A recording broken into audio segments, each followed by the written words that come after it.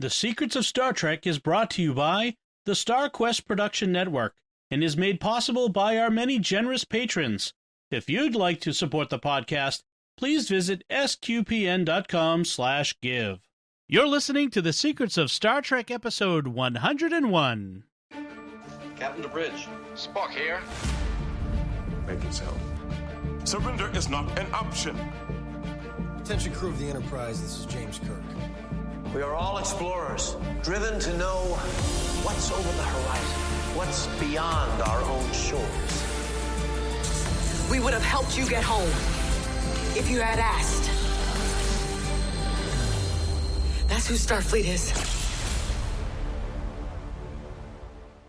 Hi, I'm Dom Bettinelli, and you're listening to The Secrets of Star Trek, where we discuss the hidden layers and deeper meanings found in all the Star Trek TV series, movies, books, and more.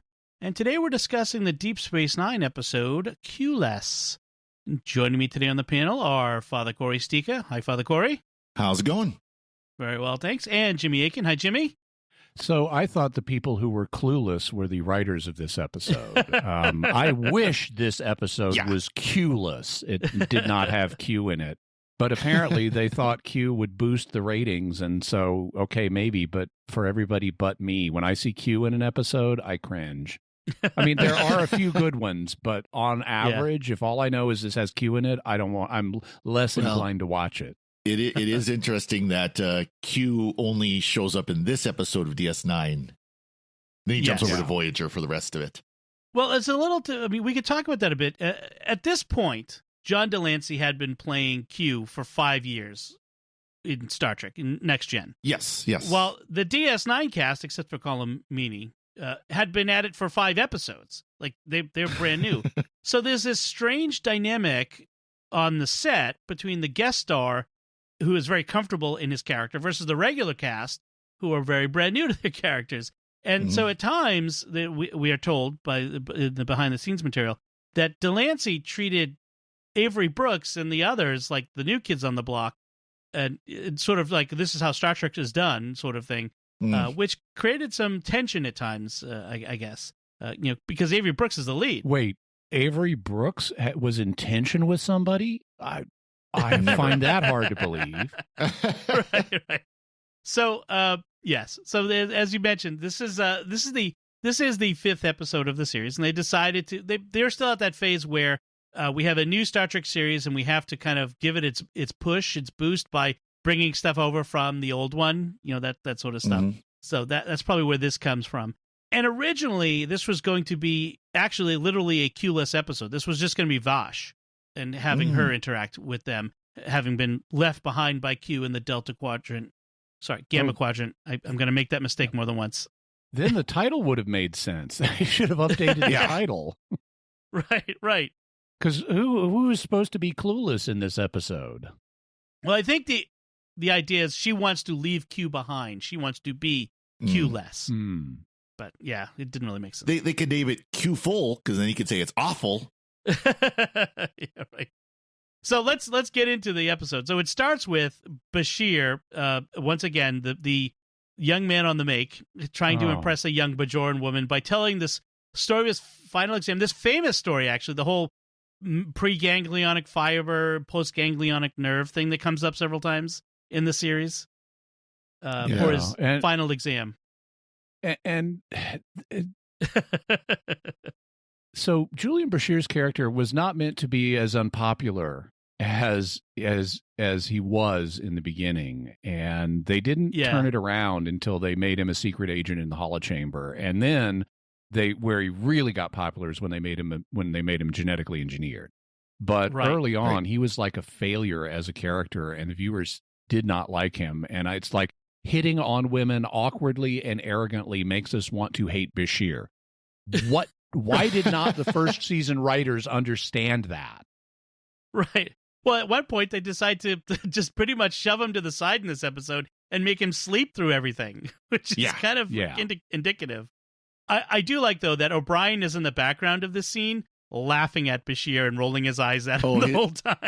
His facial expressions throughout this entire scene make the scene. Yeah, they do. Because Bashir's telling this story like it's this big dramatic event, and it was choosing an answer. Right. And O'Brien's about choking on his coffee or whatever he's drinking in the process. Right. So they're interrupted by a call to come to one of the runabouts because it's been sucked dry of power and they can't get it open. And Dax and somebody are inside and they're dying. Dax and Ensign, who we will never see again. Yes, yep. Ensign nobody. And they're trying to figure out how to get it open and all this other stuff. And I'm thinking, plot hole. You have these things called transporters. Yeah. Like, beam them out, then figure out how to open it up later. Like, duh. Anyway, but they open it up and they find out it's not just Dax and Ensign Nobody. It's Dax and Ensign Nobody. Ensign Polly. And yes, thank you. And it turns out it's Vosh, and O'Brien recognizes her from the Enterprise. And who is Vosh? Of course, if you go back and look, they're never actually in a scene together. But we could just assume that O'Brien was there. He met her in the corridor. The stories were told, etc., etc. And he just like we can assume that Chekhov was really on the Enterprise in season 1 and did meet Khan. Right. Yep. Right. So she says that she was in the Gamma Quadrant for 2 years, and she had departed from the Enterprise with Q to travel the galaxy together. And of course, as they're leaving that quarter, it turns out that the technician working there turns around and it's Q. So yeah. We should probably mention who Vosh is for people who may not remember, because she's only in 2 episodes of Next Gen. She first shows up in an episode called Captain's Holiday, where he's on Risa, and he gets involved in a search for a MacGuffin from the 26th century called the Tox Utat. And Vosh is like an unscrupulous archaeologist lady who is also after it. And so he meets her there and they have a romance.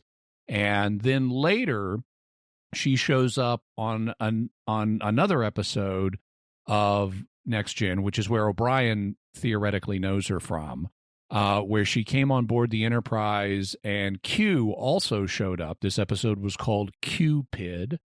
And it's the one where they are in a fantasy created by Q where they're all Robin Hood and the Merry Men. So Vosh plays Maid Marian, Picard plays Robin Hood, and Worf gets to deliver the line, "I am not a merry man."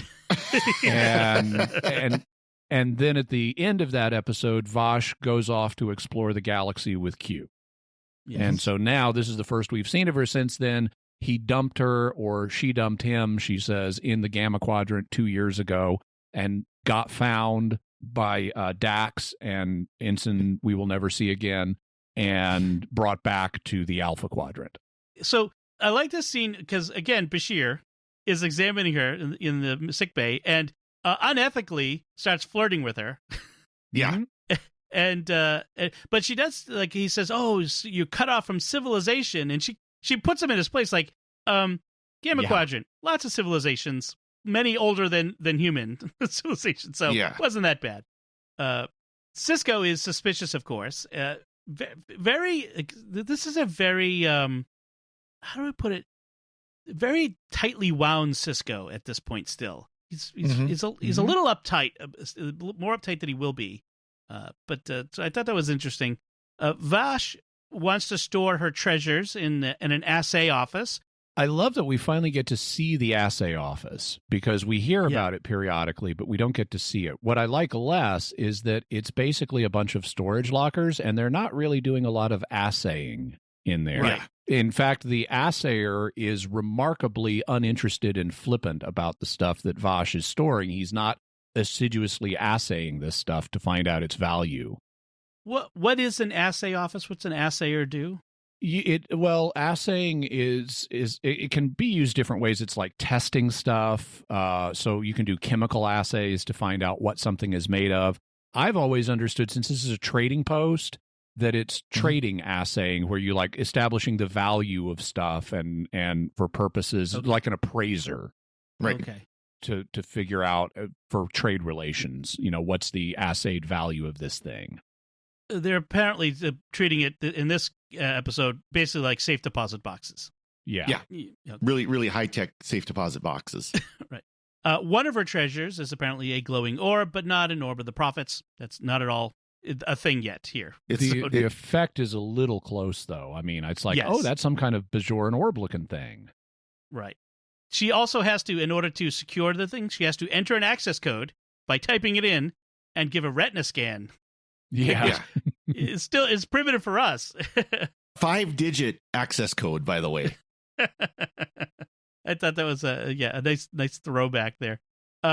Sisko is trying to talk Vash into staying. I know. Today it's like our iPhones have better security than that. Exactly. So Sisko meets up with Vash, tries to talk her into staying and talk about her travels, and the Daystrom Institute wants her to hear from her, but she's essentially Lara Croft Tomb Raider. Mm-hmm. Like she's like, oh, I steal from tombs. I don't, I'm not a teacher. I like how the Daystrom Institute. So they want her to come back to Earth to talk to the Daystrom Institute, and she's open to doing that. But this is Deep Space Nine, so how does Sisko know the Daystrom Institute wants to talk to her back on Earth if it would take so long to get a message there? Well, it so happens, if you check the Promenade directory that we're never meant to see up close on screen, but that has been screen capped by fans, and it has its own page on Memory Alpha, among other things like Tom Servo's used robots and and the Bonsai Institute. Uh-huh. Nice. There is also an entry on the promenade for the Daystrom Institute. So they apparently have a little office on Deep Space Nine, and presumably someone there said, hey, the folks back on Earth are going to be interested in talking to her. Can you talk to her for us, Commander Sisko? I suppose it makes sense. You've got this stable wormhole. That would be very interesting to scientists at the Daystrom Institute, so they'd probably send someone to go study it. I could see that. Well, and we know they have an archaeological branch because she got kicked out of it. So That's true. it'd be clear, again, anything that would be coming out of the Gamma Quadrant, they would want to check out and get their paws on it. That's true. So anyway, she agrees to go, and that the captain will, Commander Sisko will arrange for her transport. Meanwhile, O'Brien in Ops is talking about something has drained the runabout's power dry. That was the problem with it. And then he tells Sisko about Vash's visits to the Enterprise, and Sisko. I like that Sisko says she doesn't seem like Picard's type, which I'm not sure how. Sisko, how would you know? Yeah. And O'Brien says the captain likes a good challenge, which tells me more about Captain Picard than perhaps I want to know at this point. But so meanwhile, he's not the only one.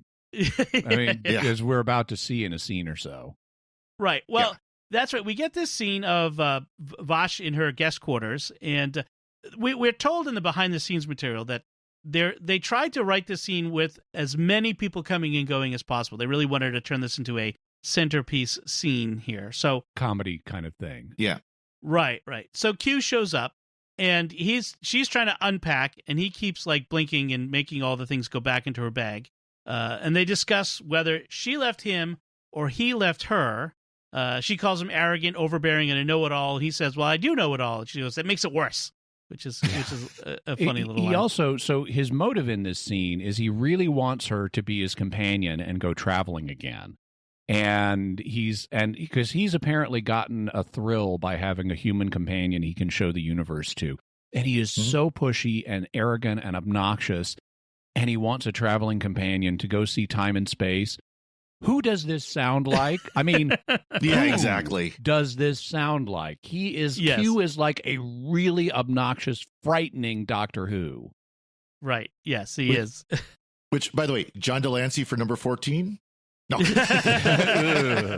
just kidding. No, it'd be like that horrible American remake of Inspector Spacetime. That was awful. So Quark shows up, and after being vanished away by Q, he's brought back, and Q leaves. So Quark's there. I do love the line when he vanishes Quark. Q says to Vash, "What business could you possibly have with that disgusting little troll?" It's like, okay, good line. So Quark is there because he wants to arrange an auction for her treasures, which he's had a little birdie tell him that she's put in the assay office. And she has to use her feminine wiles to get him to give her a better cut of the profits, which is always creepy when they do the Umox thing. Yeah. Then Bashir shows up to invite her to dinner, and then she ends up having to tell Q, "I could take care of myself," which is a key to the plot here, because it's going to turn out that he's there because she can't take care of herself. Something is going to go wrong. It's not his fault. At the Replomat, Q poses as an impertinent Bajoran waiter to Bashir and warns him to stay away from Vosh. Why do they have waiters in a Replomat? The whole point is you go up to the thing and you get your food yourself. I know, it's very weird. And then he makes Bashir sleepy and sends him to go sleep off the rest of the episode because the writers have realized that Bashir is just being creepy all the time. O'Brien, meanwhile, recognizes Q and goes to tell Sisko. And apparently Starfleet has briefed all senior officers on the existence of the Q creature. As you do. Sisko and O'Brien are convinced that the power outages are being caused by Q, because the power outages have now started in the station. Well, which is logical. I mean, they weren't happening until he shows up, and all of a sudden they're happening. Gee, he might have something to do with it. Post hoc ergo propter hoc. I know.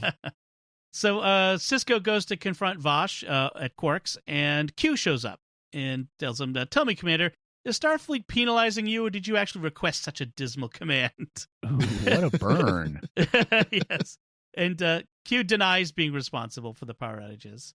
Which is something that Q often gets blamed for, things that he is actually not responsible for. This is a recurring trope.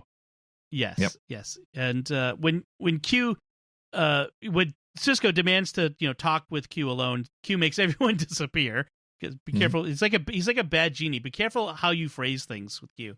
Yeah, and it wasn't just in the bar; it was the entire station gone. So Which Sisko nobody ever says where they go. No one ever says where they go. They're into suspension. They're put into the future apparently. Yeah. Sisko grabs him by the lapels, so Q brings everyone back and sets up an old time bare knuckles boxing match where Sisko lays him out. Queensberry rules, which is the only phrase no one knows what the Marquis of Queensberry rules are unless you're a boxing fan, but everybody knows the phrase. So got to trot that out. So he punches Sisko a couple times, and so Sisko lays him out with a punch and says, "You hit me. Picard never hit me." And then we get the best line of the episode: "I'm not Picard." Yeah. And apparently, the writers were trying to set apart Sisko's character from Picard. Picard's an explorer, a diplomat, an intellectual. Sisko is hard-nosed, more hands-on, literally in this case. At least Avery Brooks could pull off of his role as Hawk for that scene, because he got plenty of punches too. Yeah. So, yeah, Avery Brooks is much more physical sort of guy, so that works there. I like the distancing that they're doing here. I mean, it's very obvious that what they're trying to do is set him apart from Picard, but I think that works, and the way they did it works because he is a different character than Picard, and Picard was so beloved at this point that you need to set him apart and say to the fans, don't think of him as if he's Picard, because he's not. Do not judge everything that he does in terms of what would Picard do in this situation. And this is, I thought, a very effective way of just saying that to the fans. It's like, I'm not him, so don't expect me to be him.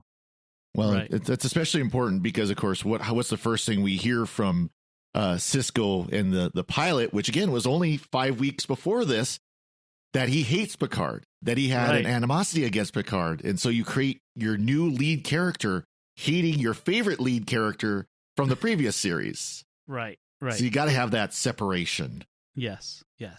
I mean, at this point, he's only the third Starfleet captain we've had, for a series. So back in ops, something goes wrong. They start venting atmosphere because of hull fractures, and so the big fans are running on the set, blowing everything away. Sisko, it's apparently connected to the power failures. They've noticed that whenever they have a brownout, there's also a focused graviton pulse that occurs, and it's the gravitons that cause the hull fractures. And Sisko has an insight here. He's not convinced Q is behind all of this, which is, it's a good insight because it's true.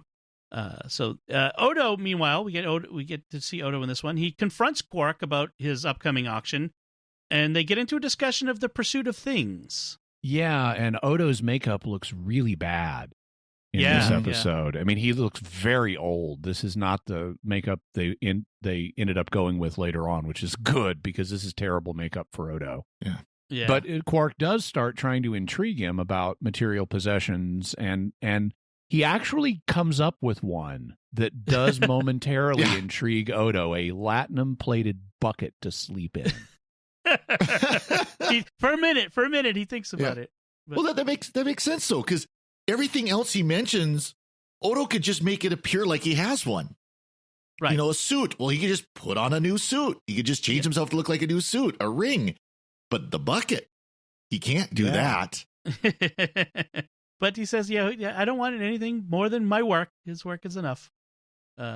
So Q ends up warning Vash that she needs him, as she's walking across her promenade, reminding her of an insect bite that almost killed her. And he progressively makes her more infirm and diseased, like she would have been without him. And this is very dark. It's incredibly dark. I mean, I have in my notes, Q insect bite tortures Vash to compel her into friendship. It's like worst Doctor Who companion invitation ever. Well, I mean, it's essentially an abusive relationship here. I mean, that's what this is. I mean, he's trying to control her. It's kind of creepy. Q shows up in Ops. He says Picard and his lackeys would have solved all this technobabble already. which was a nice plus one for putting technobabble in the plot. Yes, they actually use the word. He calls O'Brien one of the little people from the Enterprise. I know, that's great. Weren't you one of the little people? And then he calls Sisko Benji, which is, oh man, that one's a little over the line for me. Yeah. Then in Quark's, Vash tells Quark that she's going legit. She's retiring from. He wants to have a permanent partnership. She's like, no, I'm done doing the running around, tomb robbing. I'm gonna take my cash and run from this one. And then the station suddenly starts getting pulled toward the wormhole. Here we have set up our climactic danger moment here, because if it enters the wormhole, they'll be torn into a billion pieces. At the auction with the rich but dim. Oh, by the way, they're trying to figure out where the source of the problem is, and to do that, Dax proposes that they release some tritium into the air and follow it, and somehow that'll reveal the source of the power drain. I don't get that at all. Tritium is hydrogen 3, so it's hydrogen with a couple of neutrons stuck in there. But somehow this is going to let them determine the source of the problem if they ramp up the tritium concentration high enough. And O'Brien is like, isn't tritium highly toxic? And it's like, no, it's hydrogen 3. I mean, if you take heavy water and you drink enough of it, yes, you can poison yourself. But having little bits of it floating around in the air, no prob. Right. So if you want an imaginary, magical, dangerous substance, make up a new name for it. Yes. Which eventually they do. Which Star Trek always does. So it is weird that they picked this one. Maybe they didn't know that tritium is a real thing. That's possible. Like dilithium. So at the auction, Vash and Quark have a bunch of, as Quark had put it, rich but not very bright people bidding on their things. Vash starts to bore the bidders with a lecture on the historical context of each of the items, and Quark's like, no, and he just sells the objects in terms the buyers can understand. No one else has one. You want this? Yeah, it's rare. It's exotic. You don't have one. No one else does. I thought that was interesting. Actually, I mean, of course, for me, the Vash pitch would be the one to actually get me interested in it. Yeah. Sure. But I wanted to comment on the auction patrons or the auction attendees, because they're really colorful. They come from different species. One of them, a guy named Kolos, has this really cool coat. I mean, his coat, it's awesome. It's got these colorful designs on it. He's got a really cool coat and a really disturbing mouth. We get this, we get this looking up at his head, and is his mouth frightening. Yes. And disturbing looking. He also has 6 fingers, which comes up at one point as Quark is driving up the the price of something. Can he get 500 bars of gold press latinum, 600 bars of gold press latinum? And Collis just raises his hand with all 6 fingers sticking up, and they don't do anything beyond that. They just let us see the hand with 6 fingers, and it's like, okay, that makes perfect sense. Yes. There's also this parrotfish man who's got a head like he's a parrotfish, and my favorites are the headscarf people. They're these people with like, they've got little, it's hard to describe, but they have like a flat plate of some kind on the top of their head, and then their whole head is wrapped in a scarf with no eye holes. So you just see the scarf go up, and then it's got this flat top. And we don't know anything about these people, but one of them wins a bid at some point, and Quark says, "Sold to rule the obscure." I like that. The obscure is good because their faces are covered. Yeah. So Q, meanwhile, shows up during the bidding and is amused, and the bidding reaches absurd levels for the orb. The orb is the centerpiece of the auction, and it's like 2,500 bars of gold press latinum, and Quark is about to have fits at so much money, and then Q says, "I bid 1,000,000 bars because none of you are going to be able to. You're all going to die before you can have your purchased objects off the station anyway." Yeah. Now this is something that's interesting. While they're dealing with the situation up in ops, and we keep intercutting between ops trying to find the source of the problem and the auction, which is, of course, where it's going to turn out that the source of the problem is. So we keep bouncing back and forth between these two things. And as they're grappling with the fact we're all doomed up on the up in ops, they're letting everything else on the station go on normally. They are not evacuating. They are not telling people to get to their ships and leave the docking ring. They're just, it's like we're being sucked towards the wormhole and we're going to be shattered into 1,000,000 pieces. But should we tell the people on the station it's time to flee? Nah. So we have this bizarre thing happening where this auction is proceeding and nobody is, Q even shows up and says, "You're all doomed." And that doesn't stop the auction. Quark just offers people free beer or something, and they keep going with the auction after the man has materialized and said, "We're all doomed." Well, they are rich but dim, so that's apparently so. So when they get to the auctioning off the glowing egg thingy, that's when Sisko and Dax show up, and they've realized this is the thing, and he beams it into space with his communicator. Yeah, so also they to avoid the wormhole, we have to put the station's thrusters on full power. And Sisko gets to deliver the cliche line, "It's a chance we've got to take." Direct quote. It's like not even a variant, just it's a chance we've got to take.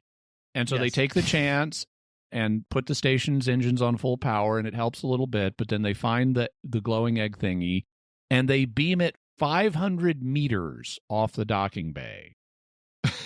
Right. Like that's the limitation of your transporters? Really? 500? If this thing is a bomb that has station destroying energy potential, you're going to beam it 500 meters away? That's 1,500 feet. Really?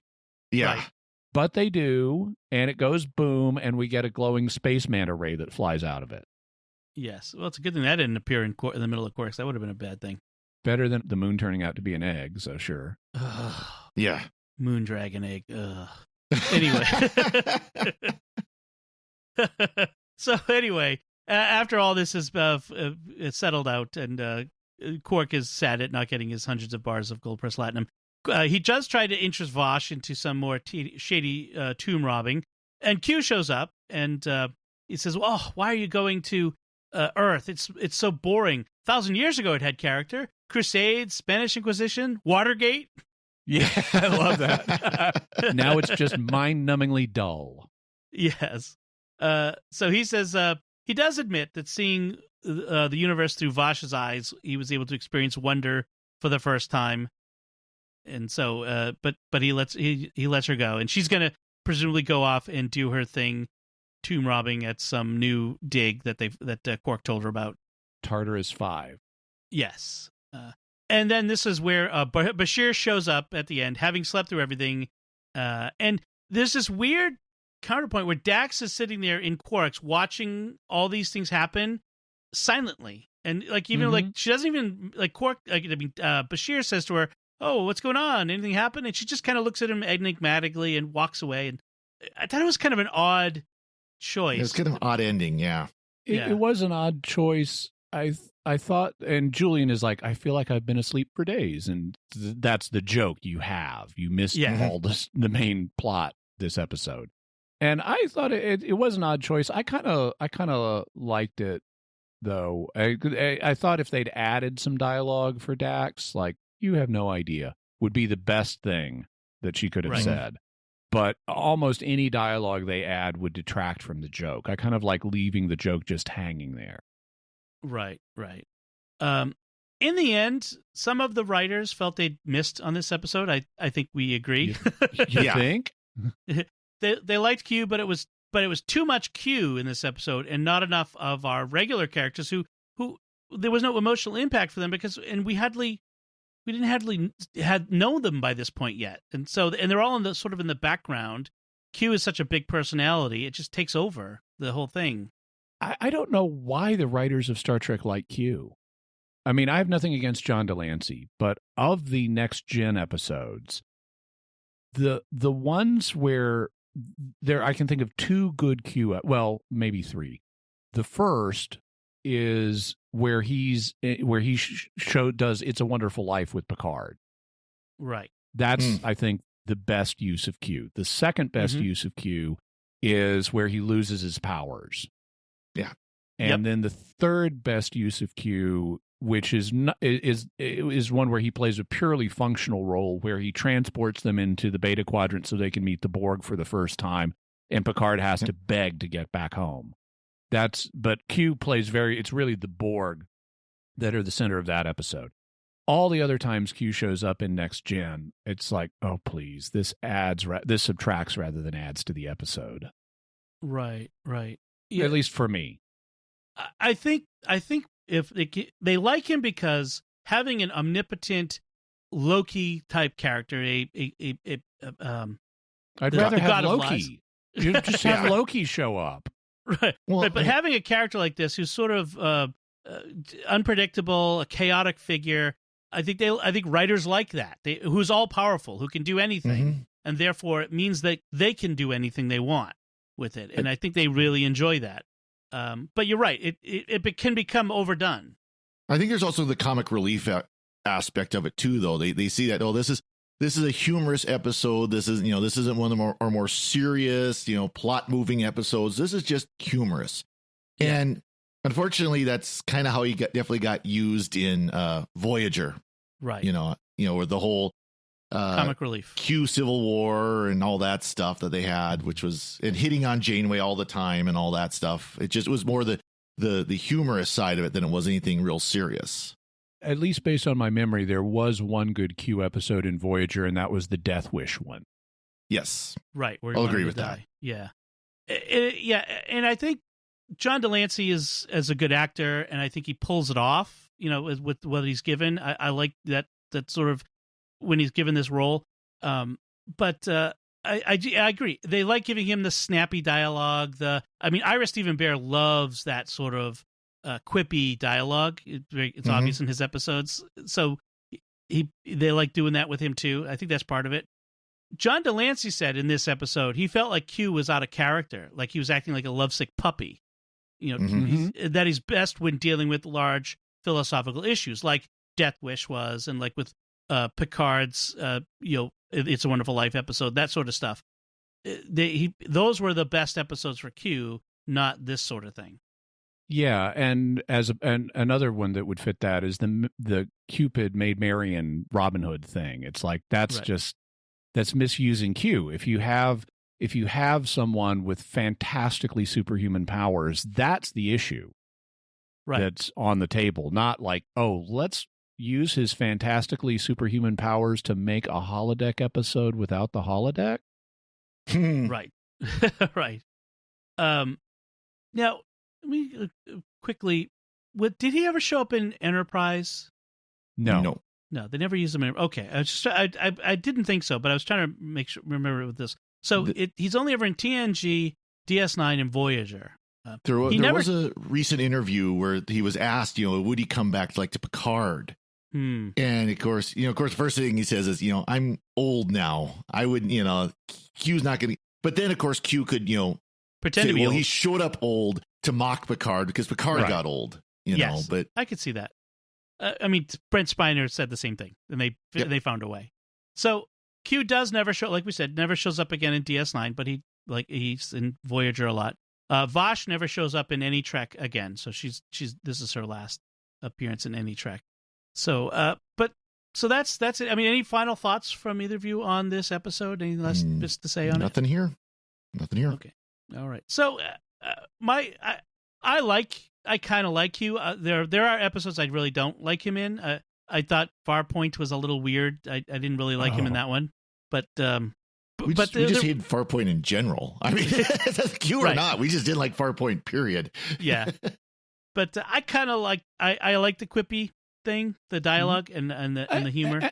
And I'll give Q that. Sometimes they do write nice dialogue for him.